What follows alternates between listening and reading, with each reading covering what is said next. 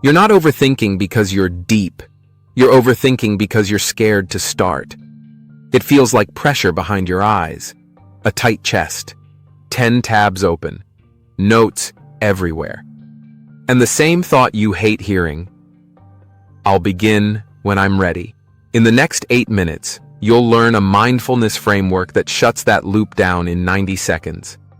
Then you'll turn the quiet into a real first step, not a plan, a step. If this stings, good. It should. Day 1 looks like this. It's 12:47 a.m. Your phone is 3 inches from your face, and you're rewriting the perfect monk mode plan for the 5th time. You go to sleep heavy, already behind. Day 30 looks different. You still feel the urge to spiral, but you catch it, reset, and move. You start your first task before your brain finishes negotiating. You end the day lighter, because you finally trust yourself. Most people aren't lazy, they're overloaded. Notifications, open loops, endless tabs, and clutter keep your brain running like an alarm.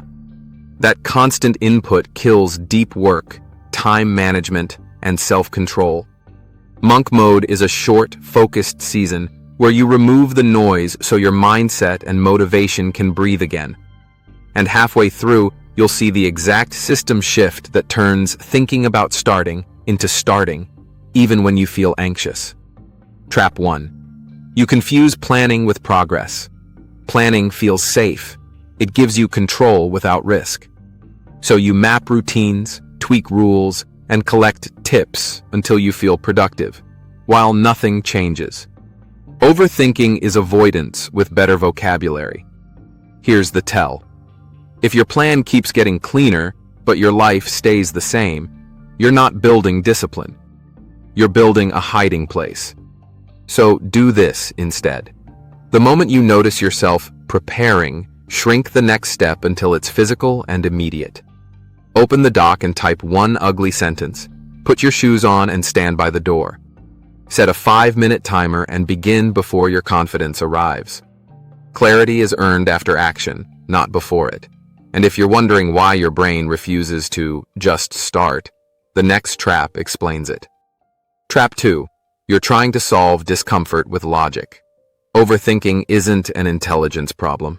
It's a nervous system problem. Your brain is scanning for danger, embarrassment, wasted effort, judgment, failure.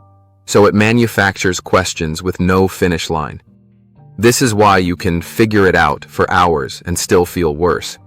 Your body is tense, so your thoughts are loud. Here's the midnight version. It's late. You're sitting in the dark with your laptop glowing.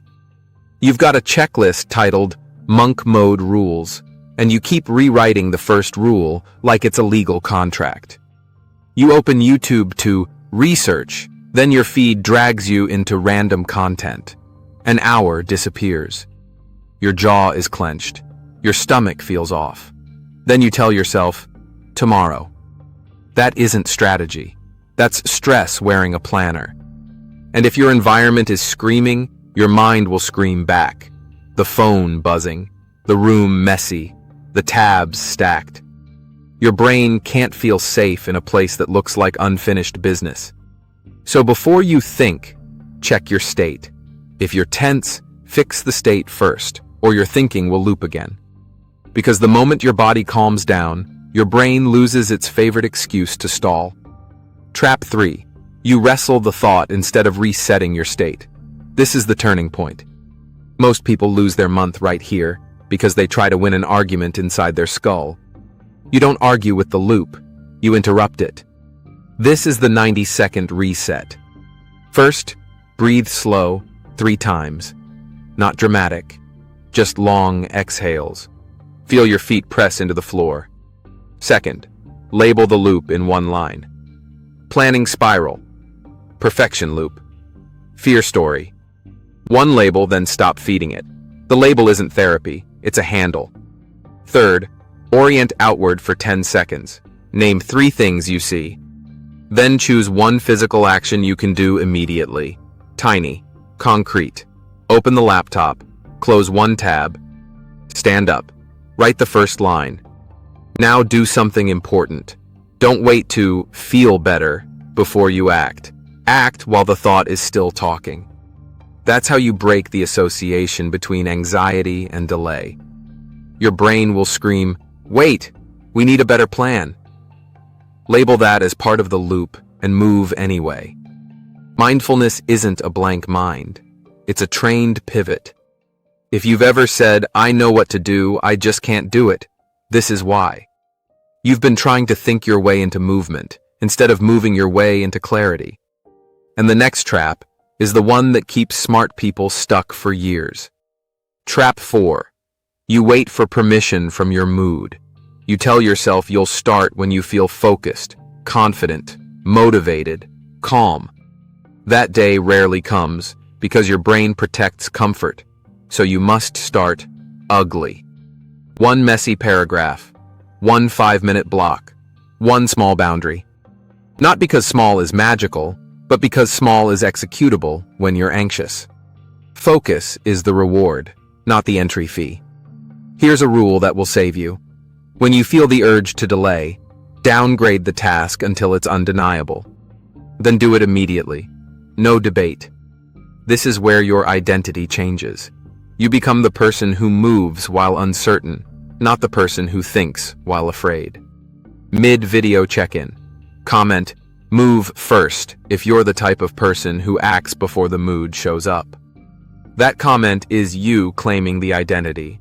I move first and my feelings catch up. Not, "I'll try." Not, "soon."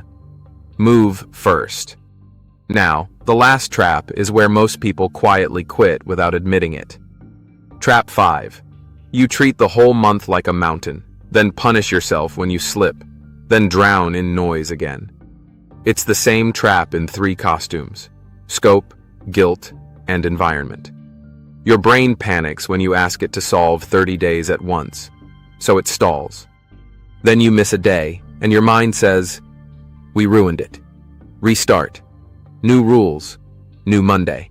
And while you're restarting, your phone, tabs, and clutter keep feeding the loop. Here's the fix. Shrink the time horizon and remove the fuel. Think in the next 2 hours, not the next 30 days. Ask, what does less noise look like for the next block?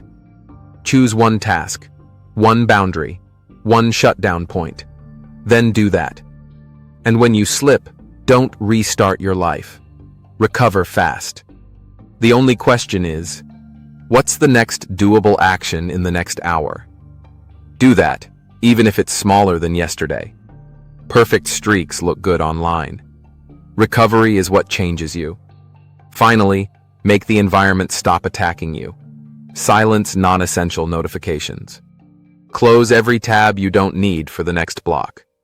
Clear one surface so your eyes stop scanning for problems. Your discipline isn't broken. Your setup is. When you remove noise, focus returns faster than you expect. Now put it together. Overthinking is a signal, not a sentence. Catch it early.